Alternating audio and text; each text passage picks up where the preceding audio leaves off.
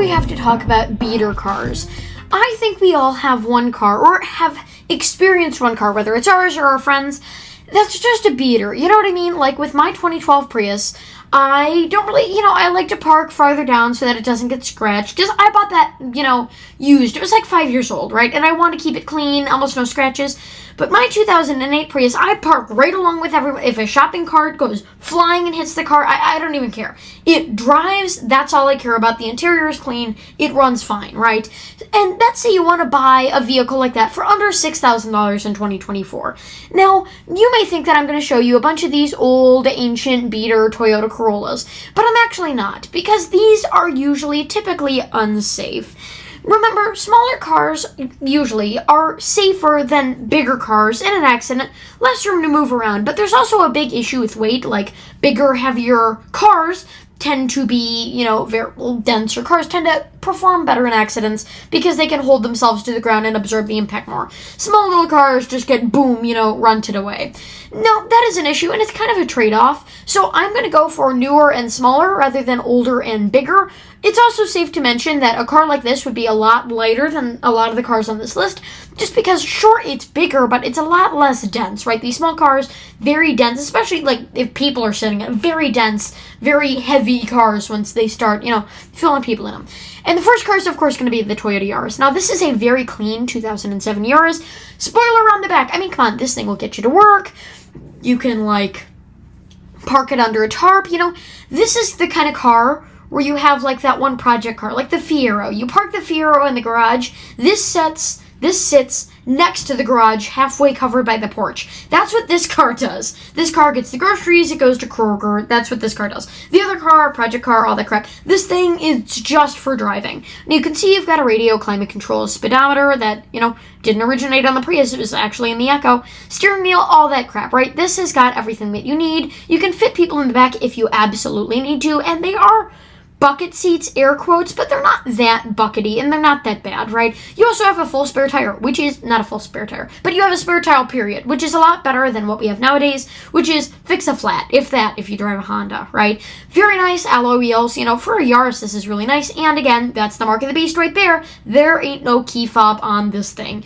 At least it has central locking. That's all I gotta say, right? You stick the key in, you unlock it, you drive it, right? And that's how it works.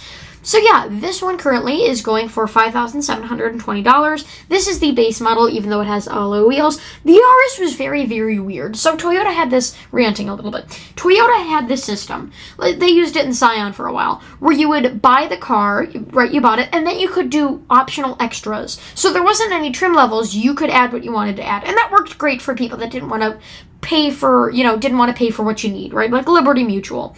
I personally use Geico, but, anyway, and that's kind of what they did here. So it's technically a Yaris base, but it's also technically a Yaris S because it's the sporty one, but it's also a base, and they just optioned the S things on. So it's a base, but it has all the features of an S. It's very weird when they give it trim levels and optional extras. It gets very confusing, right? So this 10 out of 10. This is the best car you can buy on this list. Well, it shares the spot with another car that I think is a little bit better, but we'll get back to that later. Now it's time for the worst car you could use, and it's this. Now, these tend to be really reliable because they don't have, the awful everything that a Nissan has, what you would expect. And I've heard that these can be pretty reliable considering they have an automatic transmission. But other than that, not bad. It's actually pretty clean title. Personal use only, yes, one owner vehicle, who cares? No accidents or damage, none reported. Very nice vehicle. Very, very, very nice vehicle, right? Again, you can just see seats, more comfortable. This is more comfortable than any of the other cars, but it's not as technologically sound. So if you're willing to buy a car, like I said, this is much better than any Nissan you will regularly find.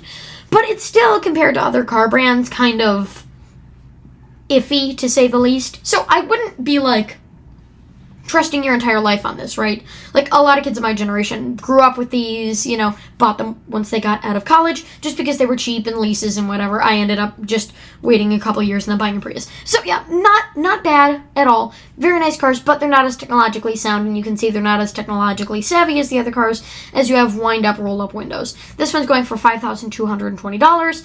So, yeah, Fun. The next car on this list is the Mitsubishi Mirage. Now, this is a 2015.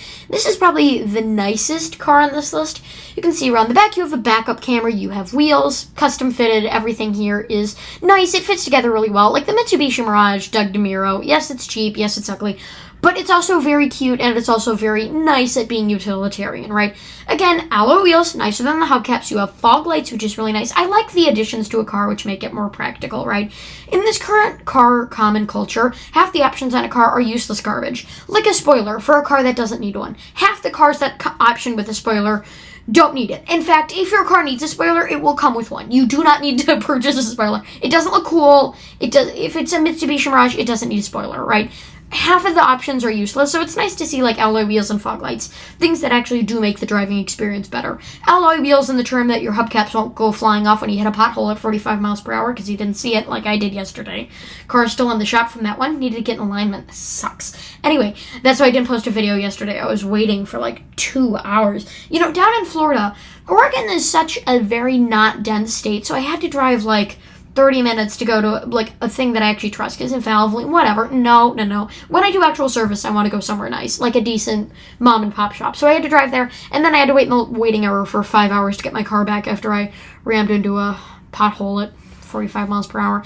Okay, in my defense, it's a clear road with 45 mile an hour thing. It's straight, it's flat. You're driving. Also, I may have grew up in Oregon, but I have not lived in there for like 10 years. So I'm just driving down the thing in my Prius. I just got home from Kroger because remember, I just moved in, filling up the stuff like that. And then all of a sudden, I have to keep my steering wheel at like 90 degrees to get the thing to drive straight. So annoying. Like, it seriously messed up my alignment. Anyway, yeah, very good car, very nice. Like, this would make an excellent daily driver. Also, I want to mention these cars. It is a safety concern. These aren't like compared to this rotted, rusted. It's very good. It'll be amazing in an accident. Compared to other cars, it's gonna suck. But yeah, not bad at all. 55,000 miles, 3744, not bad at all. Front wheel drive, and it actually has a decently sized engine, 3744. That's, you know, it's only like 6 mile per hour. I mean, MPG? No. 6. Wow, I am insanely tired. It is like a 7 difference, which, I mean, it's not bad. Not bad. But we want to see something to 10 to know that this is paired. You know, essentially the hack is your city miles per gallon should be about 10 miles less than your highway, just because, like, exactly 10 miles per gallon, because the bigger the engine, the faster it gets, the more efficiency it will get. If it's a little inline 3 like this, usually they're a bit undersized in bigger cars. This one's small enough where that works. So you want it to be about a 10 mile per gallon difference, because then you know that your engine is sized appropriately for your car. Because remember, weight and all that plays into it. Instead of calculating everything, just look at your city and highway. Should be about 10 miles per hour 10 miles per gallon difference. The next car on this list is the Mazda 2. Now, this is the Touring, which means you get alloy wheels, and oh yeah, did I mention you get alloy wheels? Other than that, the rest of the car is okay, I guess. You have buttons on the steering wheel and a very nice modern steering wheel. You know, very usable, very drivable. I would definitely replace this radio. I don't know what Mazda was thinking. They had a lot of these, like, weird radios. Them and Nissan. I don't know what it is with Japanese brands that aren't Toyota. Like, Honda did this too. With just the weird radios. Like, what is this about? Like, so many shapes in the thousands, you know? Remember that, no, 2014. Wow, I thought this thing was a lot older than it actually was. 2014, yeah, wow. 1000 styling carried over into 2014, wow. Anyway, the rest of the car, very nice, very red, very well taken care of. This one actually has 90,000 miles, so a lot more than you'd expect usually for a car this clean, but not bad. $5,999, just where you want it to be. Front wheel drive, gasoline. Again, still not that great. This one is only 6, so the engine is definitely not sized appropriately for speed automatic, and this has got an i4, but it's only a 1.5 liter compared to the Mitsubishi's. Oh! I guess the Mitsubishi's just lighter. That makes more sense, yeah, because this is like an actual car. This is like a roller skate. Anyway, the last car on this list, we've covered this, we've covered this, we've covered that, is the Honda Fit. Now, I love the Honda Fit, you love the Honda, we all love the Honda Fit. And sometimes I think we forget what class it's in. It's not in with the Accord, it's in with these guys. These were the Fit's competitors. And wow, did this thing blow them. Oh, I forgot to rate them. 10 out of 10, 4 out of 10, 7 out of 10, 8 out of 10, 11 out of 10. This is the best car you could buy on this list.